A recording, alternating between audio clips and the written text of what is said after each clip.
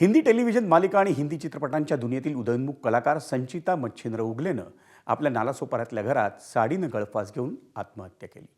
कुमकुम भाग्य, वागले की दुनिया आणि दिलवाले दुल्हनिया ले जाएंगे यासारख्या लोकप्रिय मालिकांमधल्या व्यक्तिरेखा असतील किंवा छावा चित्रपटातील ताराबाईंची भूमिका असेल, संचितानं त्यावेळी आपल्या छोट्या किंवा मोठ्या पडद्यावरही अभिनयाचा ठसा उमटवला।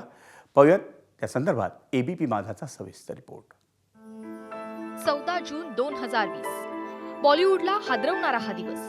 याच दिवशी सुशांत सिंग राजपूतनं आत्महत्या केली आणि सर्वांना एकच धक्का बसला।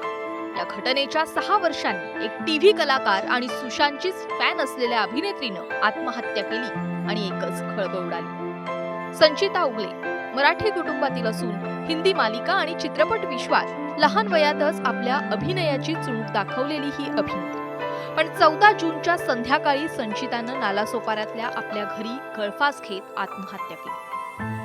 कुमारी संचिता मच्छिंद्र उगले, वय 22 वर्ष, हिने ते राहतेघर येथे गळफास घेऊन आत्महत्या केलेली आहे आणि सदरबाबत तिच्या वडील मच्छिंद्र नामदेव उगले यांनी तक्रार दिलेली आहे। त्याबाबत आम्ही ADR क्रमांक 58/2026 दाखल केलेला असून तपास सुरू आहे। संचितानं कुमकुम भाग्य, वागले की दुनिया, दिलवाले दुल्हनिया ले जाएंगे या मालिकांमध्ये काम केलं होतं, तर छावा सिनेमातली ताराबाईंची भूमिकाही खास लक्षात राहणारी ठरली होती। पण या सगळ्यानंतर तिनं टोकाचं पाऊल का उचललं असा प्रश्न अनेकांना पडलाय। पण तिच्या चुलत भावानं दिलेली प्रतिक्रिया गंभीर आहे। edit_by_.riyu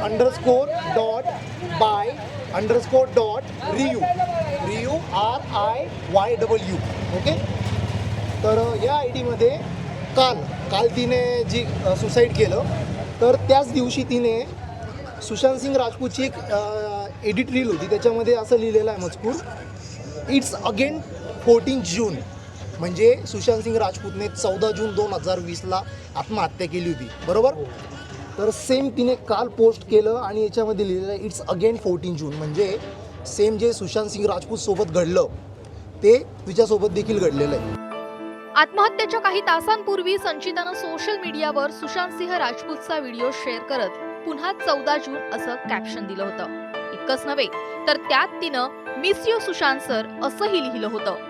संचिताच्या आत्महत्येमुळे तिच्या कुटुंबियांना धक्का बसलाय। काय मानसिक तिच्यावर काय नेमकं हे झालं काय असं हेच झालं, कारण तिचं काय कोणाशी म्हणजे असं तिच्याबद्दल कोणाबद्दल वाईट नव्हतं।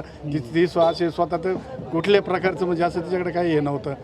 ती स्वतःच म्हणजे कर्तृत्वाने अशी कर्तृत्वान मुलगी होती की ती आमच्या अख्ख्या तालुक्याला नगर जिल्ह्यामध्ये तिचं असं नाव झालं होतं। फार वाईट म्हणजे इतकं असं का केलं आणि काय परमेश्वराला काय म्हणजे त्याच्या मनात हे आम्हाला काही म्हणजे समजायलाच तयार नाही।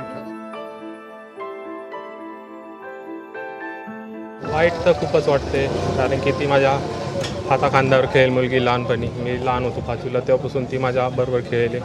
काल जेव्हा मी ऐकलं तर खूप मोठा धक्का बसला या गोष्टीचा। अजूनही त्या गोष्टीतून मी बाहेर येऊ नाही शकेले ना माझे फॅमिलीवाले। संचितानं असं टोकाचं पाऊल का घेतलं याचा जो तपास आहे आता हा आशोळे पोलीस करत आहे। मात्र तिच्या वडिलांनी कुणावरही आरोप केलेले नाही आहेत। तिचा जो भाऊ आहे तिने या काळ्या इंडस्ट्री जो आहे, काळी इंडस्ट्रीचं जगत आहे त्याच्यावर आरोप केलेला आहे आणि तिची जी शेवटचं जे सोशल मीडियाचं ते एक पोस्ट होती त्याच्यावरनं प्रामुख्याने या संपूर्ण इंडस्ट्रीचा पुन्हा एकदा काळा बुरखा फाडला गेलेला आहे। प्रभाकर कुडाळकर, ABP माझा, नालासोपारा।